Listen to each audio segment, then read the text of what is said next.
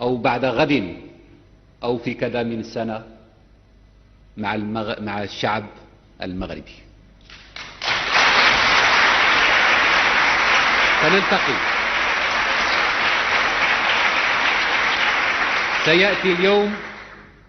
سيأتي اليوم الذي نلتقي فيه مع الشعب المغربي. فلهذا ما نسبش أبدا المستقبل، ندافع على حدود بلادنا فقط، ندافع على حدود بلادنا فقط، ونقولوها بكلمات بسيطة، بكلمات واضحة. أما بالنسبة للشعب المغربي المدفوع المغلوب على أمره، اللي هو مدفوع في سياسة الهروب إلى الأمام، علينا نحن كأبناء شعب خارجين من صلب هذا الشعب، خارجين من صلب هذا الشعب، ومناش مبعوثين من السماء، مناش مبعوثين من السماء، أن ننظر دائما للمستقبل. وحتى القوات المسلحة المغربية نقول لها قد يزج بك مرة أخرى في سياسة هي ليست في صالح المغرب، هي ليست في صالح المغرب، وليست في صالح الشعب المغربي. هذه القوات المسلحة نتمنى أن تنظر وأن تفكر فيما حولها، بالناس اللي راها تقتل فيهم هم ناس عرب ومسلمين، وأن الشيء اللي راه يطلب منها ملك البلاد هو أن تعتدي على حرمة وعلى وحدة بلد شقيق. فنتمنى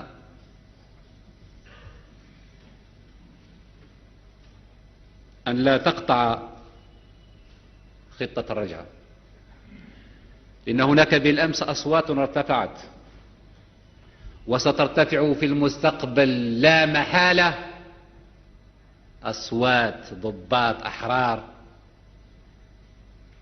بدون شك سترتفع في المستقبل، وسيخرج من صفوف هذه القوات المسلحة في المستقبل، في سنة، في 4 سنوات، في 5 سنوات، في 10 سنوات، رجال أحرار يحررون المغرب بالشعب المغربي من العبودية ومن الاستغلال ومن السيطرة البشعة، هذه هو الإخوة بعض الأفكار وبعض التوضيحات اللي كان بودي أن أقولها، أو اللي ما كانش بودي أن نقولها لو ما تفرضتش علينا الأمور فرضا. لا يمكن أن نبقى ساكتين في الوقت اللي الواحد يقول لك أنا جاي نضربك في بلادك، لا يمكن أن نبقى ساكتين والمؤامرات تحاك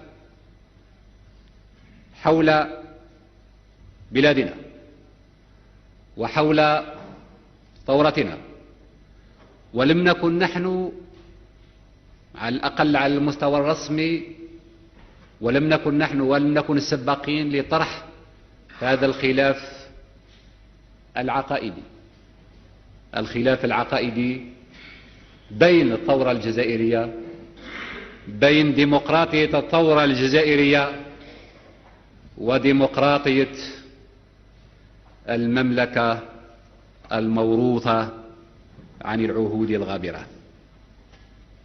نعم، نفتخر بديمقراطيتنا، نفتخر بهذه الديمقراطية التي حررت الفلاح وأعطته الأرض، نفتخر بهذه الديمقراطية التي ألغت الضرائب على الفلاح، نفتخر بهذه الديمقراطية التي صنعت البلاد، نفتخر بهذه الديمقراطية التي فرضت أو سنت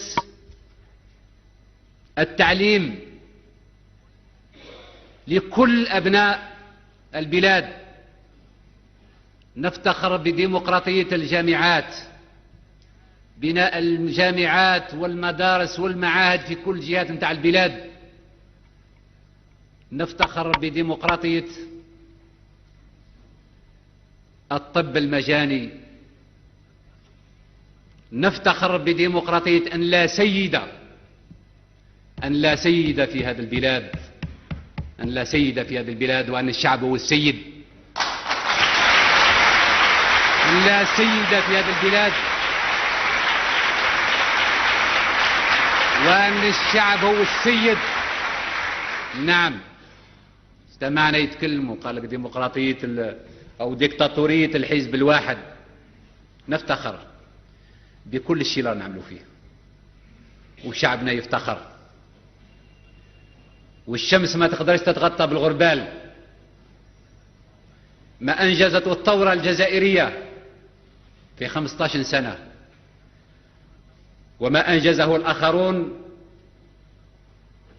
في أكثر من 15 سنة. نفتخر بكل هذا اليوم، ونفتخر به غدا، ونفتخر به بعد غد. ولا يمكن أبدا أن نفتخر بديمقراطية البوس على اليد والبوس على الجلابة، لأننا شعب حر، لأننا أسياد. وهذه ديمقراطيتنا، هذه ديمقراطيتنا، وشعبنا على كل حال يفتخر بها، لأنها حررته من الاستغلال، حررته من الاستعباد، حررته من التبعية، حررته من أي نفوذ أجنبي. نفتخر بكل هذا. ورغم ما قلته أيها الإخوة، فإن الجزائر تبقى دائما على استعداد اليوم، غدا، بعد غد، للمساهمة بالطرق السلمية في إيجاد كل مشكل أو في إيجاد الحلول لكل مشكل يطرأ في منطقتنا. ونحن على استعداد أن نساهم ولو بنصيب محدود في حل هذا المشكل الدامي، مشكل الصحراء الغربية. وقد أعلنا عن استعدادنا مرات ومرات لحضور مؤتمر القمة الإفريقي لمعالجة هذه القضية. فالجزائر انتهجت وتنتهج طريق الشرعية الدولية، وسنبقى سائرين في هذه الطريق، وسيبقى دائما شعارنا العمل واليقظة. العمل من أجل تدعيم الثورة، واليقظة من أجل الدفاع عن الثورة. وهذه آخر كلمتي، وأتمنى من المولى سبحانه وتعالى التوفيق. والسلام عليكم.